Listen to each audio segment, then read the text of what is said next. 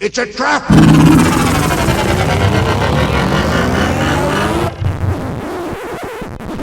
Oh, I'm sorry. Did I break your concentration?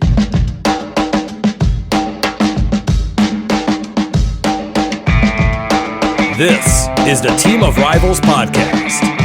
Everything you want to hear from the big sports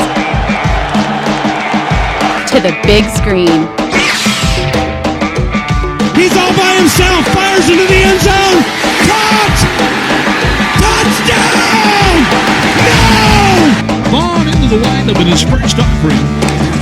Just a bit outside. He tried the corner and missed. He doesn't like you. I don't like you either. Time winding down. Michael for three. Yeah! Yes! She is gone! I don't believe what I just saw! Go crazy, folks! Go crazy! You believe in miracles? Yes!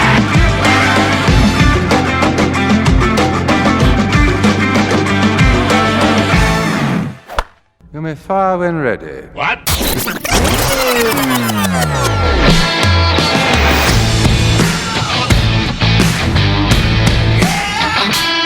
Good evening, Cubs and Cardinals fans. It is Thursday, August 19th, and this is the Team of Rivals podcast, proud members of the Gateway City Sports Network, where you can find great podcast and blog content, including that of tonight's guest. But before I get into that, look, let's just be honest. Ron foretold this last week. The streaming game is just not our thing. We need a producer, and nobody wants to come work for us. Even if we paid them, they wouldn't want to come work for us. So why waste the time getting on and streaming live? That'll be a treat for you guys every once in a while. The audio format's how we started, and at least this week we're going back to it. Part of it is because Ron's got a call with a client, and so he can't be on live and act as our show producer. So here you have it. Hope you enjoy it this weekend. And you can follow us online at teamofrivalspodcast.com. We're on Instagram and Facebook at Team of Rivals Podcast. And we're on Twitter at Team of Rivals Pod. For those of you watching us live, hit the like and subscribe buttons. Wait, you're not watching us live. Why am I reading the copy like this? If you're watching the video that I will eventually create that goes along with the audio that we recorded Thursday night, hit the like and subscribe buttons. And be sure to ring the bell on YouTube so that you receive notifications anytime we post new content. Ugh. Joining us for tonight's show, permanent occasional guest host, Elliott Dewey. And at the very least, until Ron reassumes his chair, which we don't know when it is, we've sourced a more than ample replacement host. You know him, you love him. He's the host of the eponymous Derek King Sports Podcast. Derek King, how you doing tonight, buddy? Well, I feel like you've somewhat blown that a bit out of proportion. So, let's go ahead and rephrase that a little bit. I'm here doing the best I can to fill one of the biggest seats on one of the best, one of the damn best baseball rivalry shows that you could listen to out there on every single platform known to man. So, I'm just going to do the best I can with holding this microphone down. You, sir, are far too kind. Not too kind to number 48, but far too kind to this podcast. Elliott, how you doing, buddy? Good. Yeah? Good. Yeah, I feel like, I don't know, it's kind of two things. We're coming into fall here shortly. And, school's starting for everybody who's got kids. But our teams are kind of sucking right now. So I'm being pulled two different ways here, Pete. Okay, our teams have been sucking for more than just right now. I'm sorry. The Cardinals are now starting to kind of get into that territory where it's do or die time. Well, hang on a second. The media told me, and Derek, correct me if I'm wrong, the media told me in the last week that the Cardinals were resurgent. Okay, well, I'm just going to go ahead and stop you right there. There's no reason to get that excited about it. I mean, frankly, the fact of the matter is the Cardinals are running on fumes. It's just a matter of time before they break down. When you see your star player get ejected from a game for arguing with the umpire over just ridiculous stuff, when you're seeing them trot You guys know him all too well. John Lester out there, or J.A. Happ, and J.A. Happ's been doing pretty good. I'm going to give him a little bit of credit where credit is due. Lester was, he's been okay-ish, but it's not. As soon as they went out and they signed those two pitchers, I knew right there, writing was on the wall. I even got into the feed with everybody over there at GCS, and I was just kind of like, this is phoning it in, right? This is kind of like as close as you're going to get to just saying, oh, let's just go ahead and write this season off right there, and let's just go ahead and go into the off season. I would normally go ahead, Elliot. Have they been performing better than the Jake Arrieta experiment out in San Diego? Well, it couldn't be much worse than that situation. That's pretty damn bad. And who was it that had just came back? They had a workout, and whoever. Remember, everybody was on Cardinal Twitter blowing it up. You're starting fires everywhere on social media, saying they should sign this pitcher. And I can't remember for the life of me who it was. They had a tryout. It was Cole Hamels, wasn't it? Cole Hamels, yeah, and now he's down there you go. For the year, with shoulder problems or elbow problems or whatever it is that he's got. It's laughable because here's the thing. I never try to criticize the fans as much as I can. That being said, sometimes the fans don't know what the hell they're talking about to a certain extent, and sometimes we don't know what the hell we're talking about to a certain extent. It's also one of those things where I kind of look at it and go, I can see the writing on the wall. It's like, say, for example, with the Cubs, right? You knew whenever, pretty much mostly everybody knew at the beginning of the season, like, hey, we're gonna hit the reset button, we're gonna start over, we're gonna dump some players, we're gonna move some contracts, Schwarber, so on and so forth. But then, man, whenever they cleaned house here just a little bit ago and sent everybody packing, that really did. It kind of surprised me to see Rizzo go to New York and Bryant go to San Francisco and so on and so forth. But, I mean, you saw that core group of guys together for such a long time. They won a World Series. They had all the success that they had in Chicago. And then for them to come in and say, yep, we're good. Let's just light a stick of dynamite and throw it into the middle of it. It's perplexing to me. And being in Chicago, the number 3 market in the nation, to do something like that. But they also did kind of see the White Sox coming up on them. I mean, who can argue that that's not an exciting product to be watching right now? As much as some people want to criticize TLR, I'm a huge TLR fan. I love TLR. But as much as that wants to be criticized, they're running away with it. They're doing pretty damn good. See, the problem was that the Cubs got like 10, 11 games above 500 and gave everybody hope, and then totally shit the bed. That's not really too much different than the Cardinals. I mean, God love Ron. I think that he is very soft-handed when it comes to criticizing certain Cardinal things to a certain extent. If you guys watch my show or listen to my show, I am not. I am very hard and fast critical of the organization, of the front office. Anytime the FO screws up, they make a mistake, I call them out on it, and I just say it how it is. And the fact of the matter is, you let Colton Wong go, you screwed the pooch.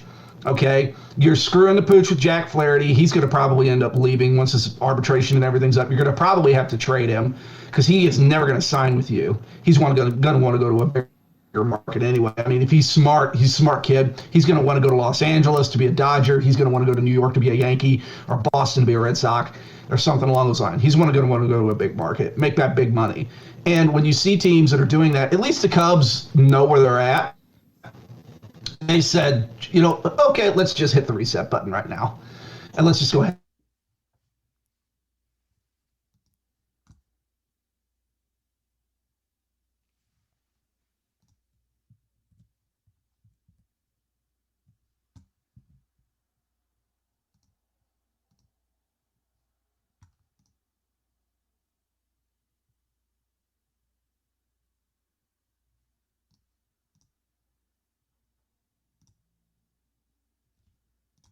Into the playoffs, they win the World Series.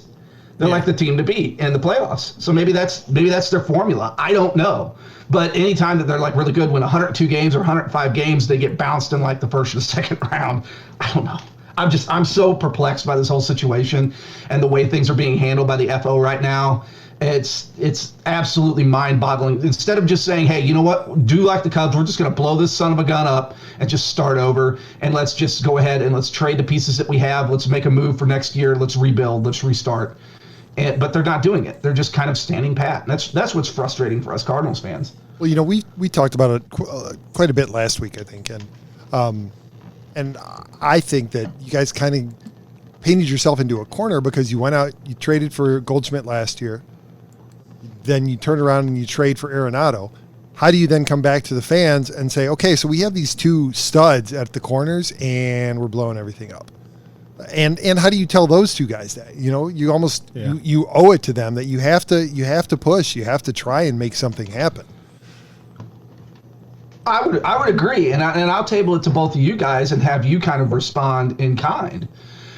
Look at the Cubs. They sent Rizzo to New York. They sent Bryant to San Francisco. They sent Schwarber out the door, which he ended up going to Washington. They've moved all these players. And they've got an aging Jason Hayward in the outfield. They have no pitching what to speak of. You sent your good reliever out. You've done all these other things. As a Cub fan, don't you have to be at least like, hey, it can't get any worse. At least we're starting over. Is that the correct assumption to make, or is that an incorrect assumption to make instead of just living a life in the proverbial limbo like we do with this as Cardinal fans? I don't know. I don't want to speak for Elliott, but that's definitely been the case for me. Look, the writing's been on the wall for the last 3 seasons, right? They had that window from 15 to 18 where they were really good and they were in contention and they were a legitimate threat to go deep into the postseason. And then the wheels just fell off and the offense no longer worked. And I think that you had a unique confluence of events this year. You had a bunch of players, and I'm also talking about the situation with Lester and with Schwarber. You had a bunch of players whose contracts were all ending within 24 or within 12 months. And so it looks like you blew it up, but really you were at a point where you had to you were going to have to make a decision anyway. And if you weren't going to get extensions on these guys, and it's clear that they weren't going to get extensions on the 3 that got shipped out at the deadline, well, then you got to move them. Because you're talking about lottery tickets, whether it's the prospects that you trade for in big moves like this, or it's the comp pick that you get when somebody else signs these guys after you submit a qualifying offer on them. The only difference is that you have slightly more developed lottery picks, and you have more of them now than you would have if you would have gone with the comp picks. And going with the comp picks means that your college and high school scouting has to nail it. Whereas with the prospects that they got, they're able to leverage all of it. Now, granted, they've decimated it over the last couple of years, but still, they're able to leverage all aspects of their scouting: professional scouting, minor league scouting, international, high school, college. They're able to use all of those inputs to determine, this is who we want. I think in any other year, and I think that's why you don't see this really very often. Any other year, you might have 1 or 2 guys who are coming up on the end of a contract, and so you get them shipped out. Like we saw with Colorado. I mean, it was pulling teeth for them to make any moves, and they still didn't move Trevor Story, even though they really should have. But I think that your front office had a lot to do with that. I think that they're a big part of the reason why Colorado didn't make a move, because they're so gun shy now. But yeah, I don't know, Elliott, how you feel about it? I mean, for me, and I've said this before, I'm actually more excited about the end of the season than I was up to the trading deadline, because now we're getting an opportunity to see what the future may look like, and at the majors. Yeah, I mean, I'm kind of right there with you, Pete. I mean, we got about 6 weeks of good Cubs baseball this year, and then pretty much everything else has been dismal. I mean, we're kind of ready for these guys. I mean, we had been talking about it all winter. These guys weren't. Most of these guys weren't going to be here July 30th, and we were right to assume that. It doesn't mean that emotionally we weren't affected by it, because this was the core that had brought us the World Series that we had been longing for our entire lives. But to see some of these young guys kind of come up and to kind of see where the future may go. I mean, we don't know what this offseason is going to look like, whether or not they're going to spend or if they're going to kind of hold it to where they're at, what the CBA is going to do. I mean, there's so many things. But, you know, since all of this has happened, I really don't feel that anxiety watching the Cubs play anymore. I mean, they're terrible, but we're getting, you can have fun watching the game win or lose right now, which it's been a while since I've been able to do that watching a Cubs game. You know, I'm really enjoying watching guys like Schwindel and Ortega, seeing if Wisdom is just a flash in the pan or if maybe he's going to turn into a decent player. I mean, he's probably not going to be a superstar, but hopefully he can be a solid guy. So yeah, it's a bit polarizing, but you know, we're kind of are where we're at now. So. And speaking of watching terrible teams play and everything, and I'm going to bring it back to you, Derek. You know, last week I was there. I was saying I don't understand why anybody is holding out hopes for this Cardinals team, because they continue to bounce along right around the 500 mark. And anybody who thinks that they have a chance is not looking at the standings, because they're obviously too far out to win the division. And they're pretty far back to get the second wild card spot. But then you mentioned it before, the Padres went and signed Jake Arrieta. I mean, 4 games out isn't unrealistic if Jake Arrieta is getting the ball every 5th day. You know, here's the thing. When it comes to the Cardinals, after that 2011 season, I've learned to never say never. I remember I was working a job at the time to where I worked a really crazy schedule. And so I worked late into the evenings a lot of nights when a lot of the ball games were being played. And I would stream them on my phone and I would listen to them in a headpiece. And I remember thinking to myself, it's highly unlikely that the Cardinals are going to come back. And this was like in August or whenever it was.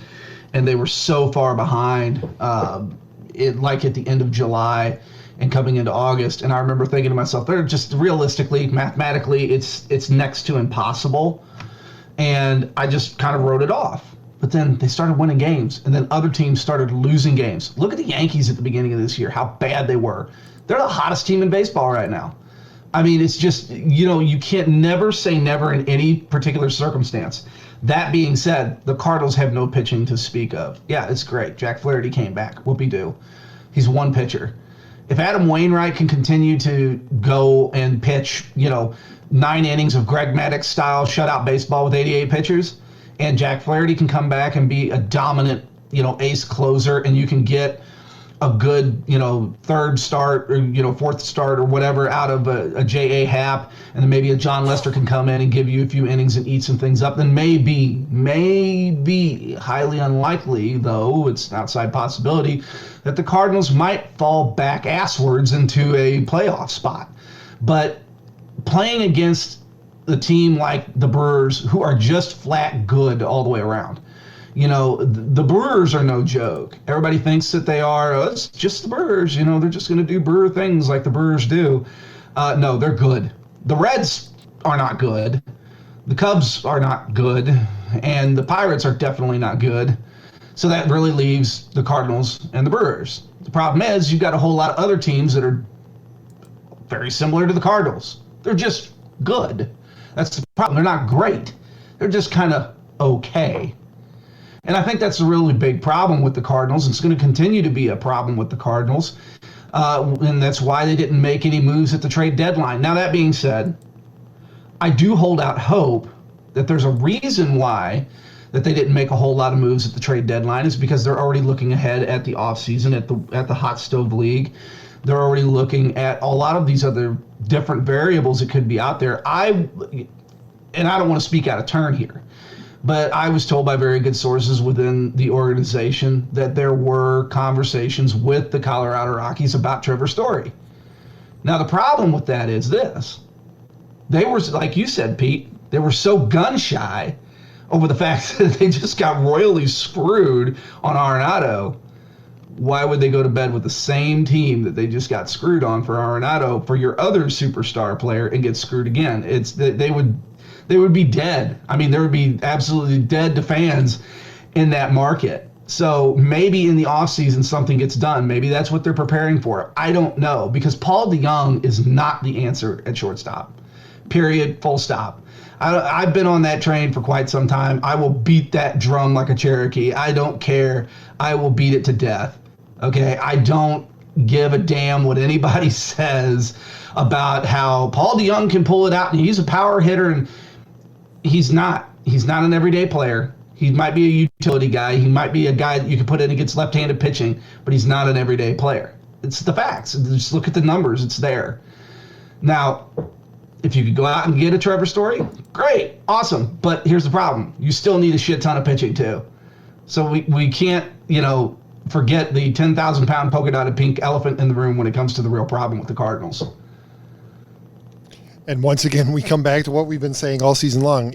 If you took out any particular names, we could have been talking about, before the trade deadline, we could have been talking about either name on either side of this rivalry. Yes. Because ultimately, for both teams, it's come down to pitching. That's what's limited them. Well, yeah. Ultimately. I think the Cubs have no offense, but still. Well, that is true to a certain extent. I mean, they traded away all their offense, and rightfully so. But even before that, they just couldn't put it together. Yeah, the problem was the offense wasn't producing. Correct. Yeah. And this wasn't a one-year fluke.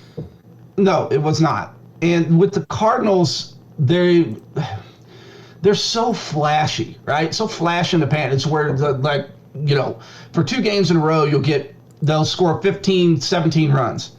And then they won't score Jack Hobilly squat for 3 games, and they'll get shut out by some no-name pitcher on the Reds or on the Pittsburgh Pirates or some bottom dweller joke of a Major League Baseball team, and they won't even be competitive. But then they'll go play the Dodgers and take 3 out of 4 games and beat Kershaw and beat somebody else, beat a top name pitcher consistently. It boggles the mind of how this team operates and why. And I can't wrap my head around it and why they are the way they are. And what movie was that from? Well, no, the TV show. That was Michael Scott's character in The Office, where he said, "Why are you the way you are?" That's just why. That's what we ask as Cardinals fans. Like I said, that's why I go back and I look at the Cubs and go, at least they had the wherewithal to say, you know what, fans, we're pulling the plug on this and we're going to start over. And really, that's what I would do if I was in the Cardinals position. But that, again, I'm not in the front office. I'm not talking to other GMs. I'm not in Mo's position or Gersh's position. And I'm not in the one having those conversations. Maybe they can't get deals done. I don't know. But if you're GM of a team and you can't get deals done to secure the legacy of your team and win playoffs and win in the World Series, then what in the hell are you doing this for?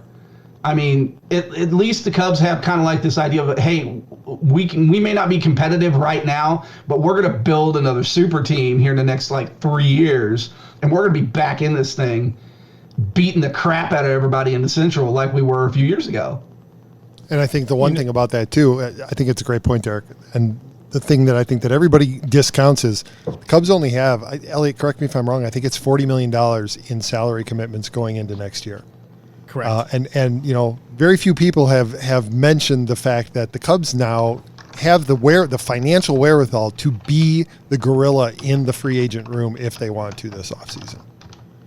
Because there's nothing that's going to push them up against the cap. Correct. Yeah. So let me ask you something, Derek. Since you mentioned the front office several times and being blunt with your thoughts about them, you ready to sign up for another year of the Yadier Molina experience? Exactly where my mind was going. Yes. If I'm front office and I'm the GM, here's why. He may not be the player that he used to be. I think we could all safely make that assumption, right? I don't think there's anybody in their right frame of mind that's going, Yadier Molina is the Yadier Molina of 6 years ago. There's nobody that's doing that. But what I say is, you sit down and you say, hey, guess what? $9 million this year. You want $9 million for next year? That's fine. But here's the deal: you're not playing every day. You're not playing double headers. Okay. We're going to have the young guys come up, whether that be Rodriguez or that be Kinster, or that be somebody else. You go out and get somebody else in free agency. I don't care who it is, but it cannot be Yadi or Molina. He needs to coach. He needs to be there on the bench. He needs to be coaching players, teaching players, and bringing them along. That needs to be part of the deal. If he's not willing to accept that part of the deal, then he needs to retire. And the same thing with Adam Wainwright, too. If Adam Wainwright is not willing to accept a reduced role next year as a 40-year-old pitcher. Now, here's the thing. I have no problem with a 40, 42-year-old pitcher being out there pitching. But let's make no mistake. A Nolan Ryan, he is not. Okay? So at the end of the day, I have all the faith in Adam Wainwright, and I love him to death. But when we're talking payroll here, you got to free up some money, baby. You're paying $26 million left, I believe, in payroll salary for Goldschmidt. His base salary for next year, for 2022, is $22 million. You're paying $17 million for Carlos. You're paying $15.7 million for Miles Michaelis, who's literally been on the shelf and injured, who's not doing anything. You're paying $35 million. Well, you're not paying $35 million for Nolan Arenado. The Colorado Rockies are eating the majority of that. So I take that back. My apologies, Colorado. Thank you very much for the Christmas gift. We will send you a nice fruitcake for the holidays. But there's a lot of guys on arbitration or pre-arbitration right now. You got Flaherty, it's on his arbitration number 2. You got Gallegos, he's on arbitration 1. You've got Bader, it's on arbitration 2. You got DeYoung, who's on arbitration 2. Then he goes to $6 million, I believe, or so. Or he has a $6 million signing. I can't remember exactly what all the parameters. I think that's his arbitration is $6 million. But you got Bader that's on arbitration too. You got Cabrera that's on pre-arbitration, Carlson pre-arbitration, Tommy Edman pre-arbitration. You've got all of these guys that are under control. Jordan Hicks arbitration too, so on and so forth. So when you're talking money, here's the thing.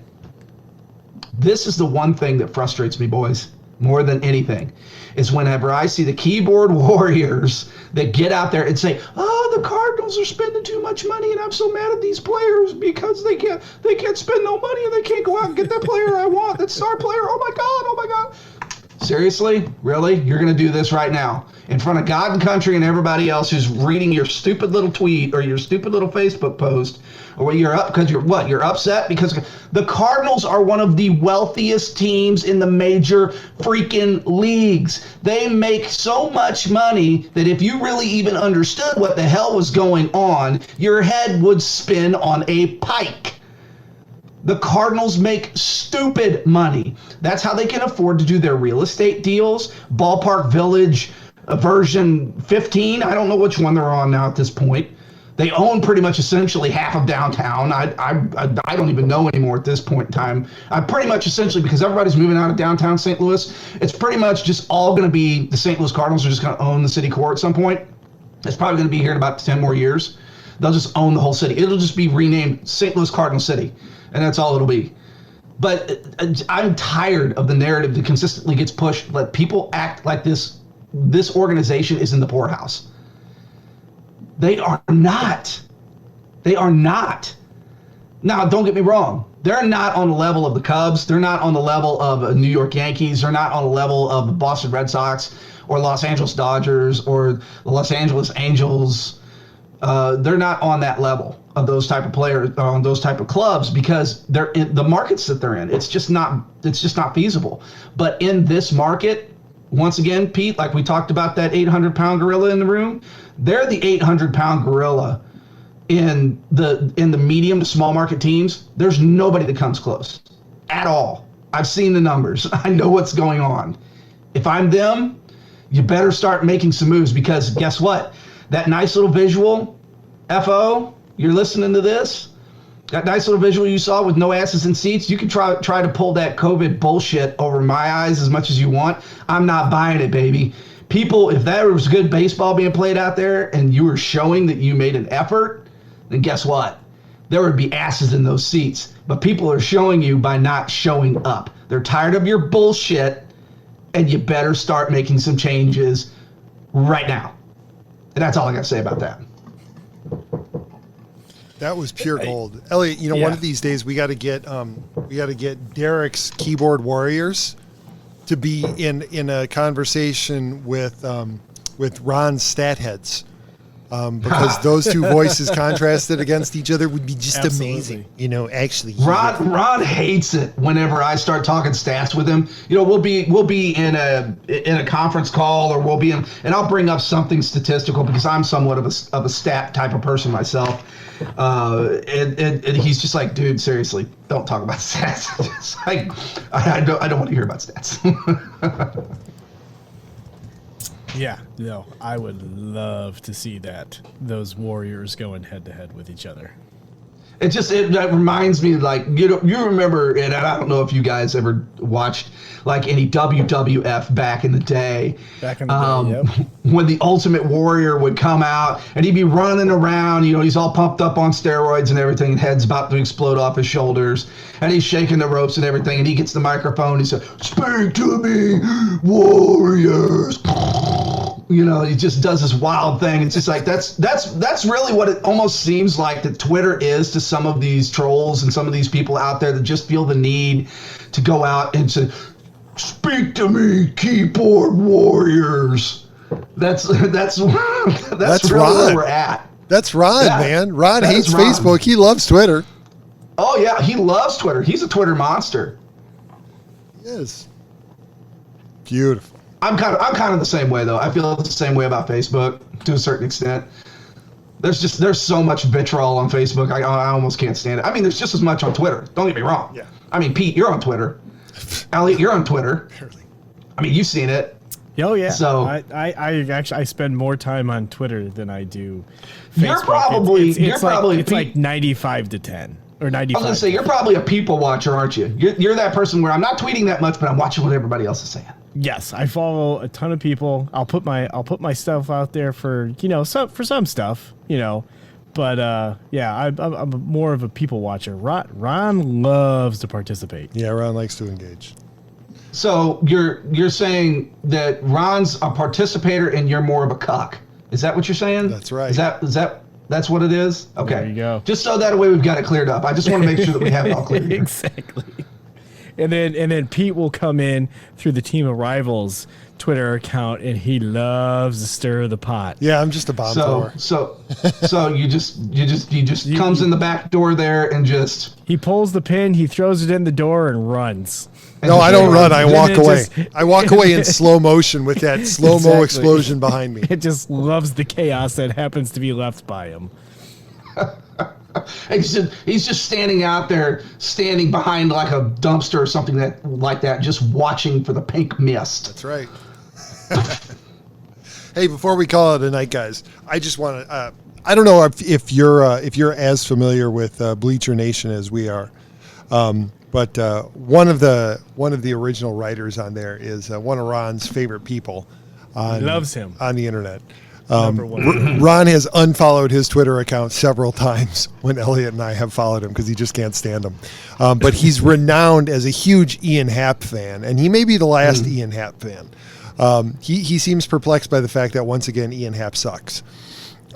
Constantly holding out hope that this year is going to be Ian Happ's breakout year. And I mentioned this to 188. Yeah, I mentioned this to Elliot in the chat today. Poor Michael Hermosillo. He toils in AAA for years and years and years. He can never, he tears it up in AAA in the very few opportunities he gets to play in the majors. He doesn't really get a chance to show. He's 26 years old. He finally gets the opportunity to come up with the Cubs after rehabbing for much of this year. He hits a home run in his first game as a Cub. And Michael Cerami posts today that, and I got to pull it up because I got to get it just right, puts up a post, "I'll be rooting for Michael Hermosillo. Michael Hermosillo is easy to root for." And all I said to Elliot was, "God damn, he just ruined his career." Well, I'll say this about Happ because I want to go back and touch on that a little bit. Please. I said it 2 years ago when everybody was so hot on him. Remember, Elliot? Remember how hot you were on Happ? Oh, I was so hot on Happ. Yeah, you were so just hot between the thighs. I mean, it was almost upsetting to just listen to you fanboy. Do you know how hot Elliot was on Ian Happ? Oh, Elliot was this hot. Bring it up, Pete.